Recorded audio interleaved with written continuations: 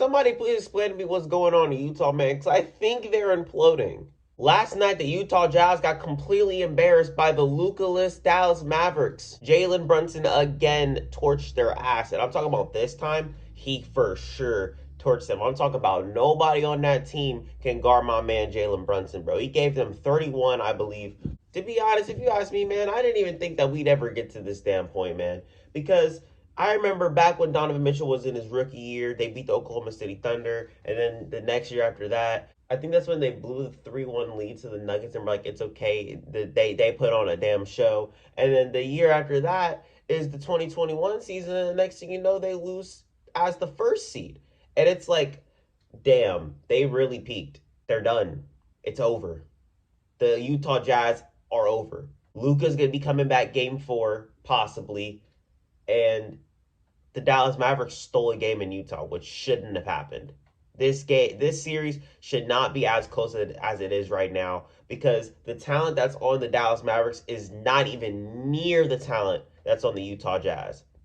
I mean, the thing is, if you ask me, I feel like this game right here, this game was for sure Rudy Gobert's fault because everyone was hitting threes. Everyone and their mom was hitting threes. I mean, shit, right here, Maxi Kleber had 4 threes. Dinwiddie had a couple threes.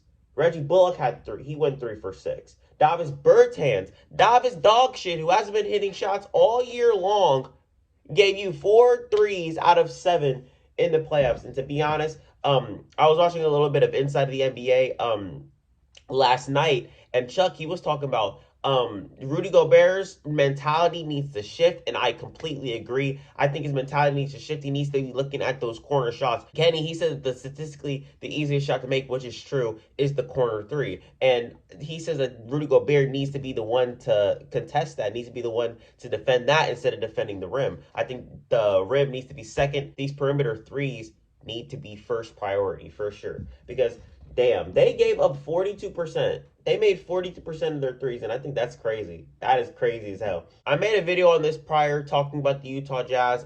This is back when they, came out with an article basically saying that they still have some passive aggressiveness towards each other, Donovan Mitchell and Rudy Gobert. And this is when Donovan Mitchell was out with concussion protocols, and Rudy Gobert was out with like COVID or some shit. I think COVID ran back for game 7. I was talking about them and how they might implode, and nobody's really talking about it at all. But now it's the topic of discussion. You love to see it, bro. You love to see it. And to be honest, I want to see the Utah Jazz succeed, you know what I'm saying?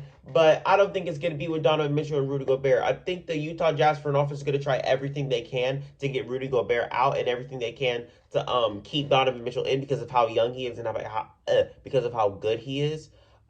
In my personal opinion, I think that they need perimeter defense. If you ask me, I think obviously you're not going to stay together. Obviously, Donovan Mitchell and Rudy Gobert are not going to be able to stay together because their relationship is basically unsalvageable at this point. I made a tweet about a couple months ago, and if you guys want to follow my Twitter, you guys can follow right here. And while you guys are here, why don't you subscribe to the damn channel, man? I mean, we're going to pump out videos almost every single day for the playoffs, and I'm trying to hit 1,000 before the end of the year.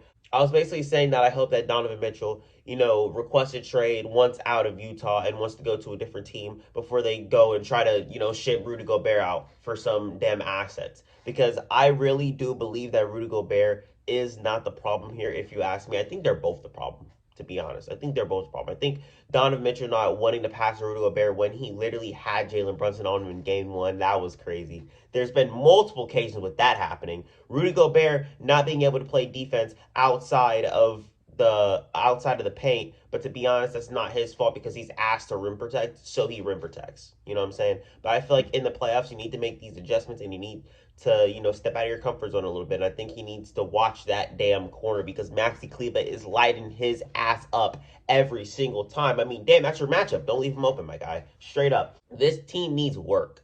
This team needs work because they're just not a good team at this point. They should have at least won 2 games with Luka out.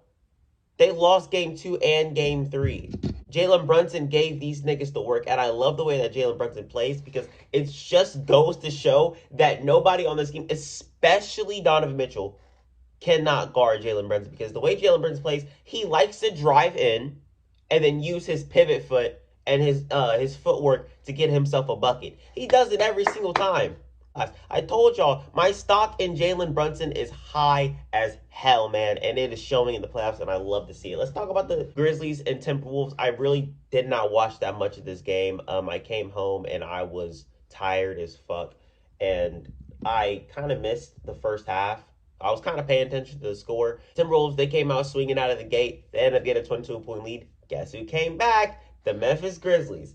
And then halfway in the third quarter, which is where I started watching, they lost their lead. And then guess who comes running back?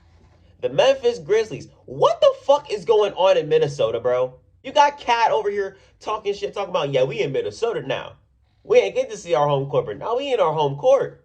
And then they blow their damn lead twice. They blew two 20-point leads in the same game. I've never seen it done in a very long time, bro. This team, if you're going to ask me who is the most inconsistent playoff team right now, it is the Minnesota Timberwolves. Both these teams are hella young. They're both the youngest teams in the playoffs right now, and they're facing off. And to be honest with you, it is a stinker, man. I think it's a really good defensive matchup, though. That's all I can say. You got Anthony Edwards still taking those, threes that I'm just like, what the fuck? That, like, have your head spinning. This man, Anthony Edwards, he starts the game off hot, gets 2 catch-and-shoot threes. We're like, damn, this man, Anthony Edwards, comes out of the game in the third quarter, right? Comes out of the gate.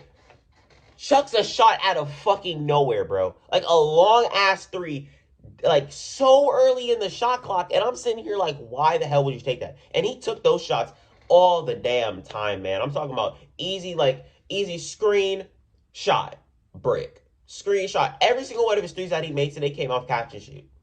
You should be taking those shots, my guy. Cat, he went 3 for 4. You guys already know. You got to take more shots, bro. Cat has been so ass throughout the playoffs. I mean, 8 points from your star guy, from your star center is unacceptable. Unacceptable. I don't know how Cat is turning the ball over as much as these guys like D'Lo and all of them, man. He doesn't even have the ball in his fucking hands. That is what I just don't understand. Desmond Bane, he was hitting his shots. I mean, he hit like 3 threes in a row, and then he went silent a little bit. Then he came right back and hit another 3 threes, man. The dude is insane, man. He is insane. I love to see it. Bro, look at his build. Look at the dude's build. He's a straight linebacker, man. No wingspan. Buff as hell. But he shoots that damn pill. He's like one of them football players that be coming out of nowhere, like after the gym, after lifting, like, hey, yo, let me get a shot real quick. Thinking like they're like a baller or something. And they airball the fuck out of that. That ball goes straight over the damn hoop. Goes outside the damn courts. Like, literally, bro. That's this man Desmond Bane. But the thing is, he actually makes those shots. Man, the Celtics could have had that. We could have had that shit, bro. We traded that pick away that became him. Damn. If you ask me, the Timberwolves, they're spiraling. They need to pick it up. And they need to come out game 4. They need to come out swinging. They need to actually hold their damn lead, man. Because if they don't, I don't know how much I could take with this team anymore, man.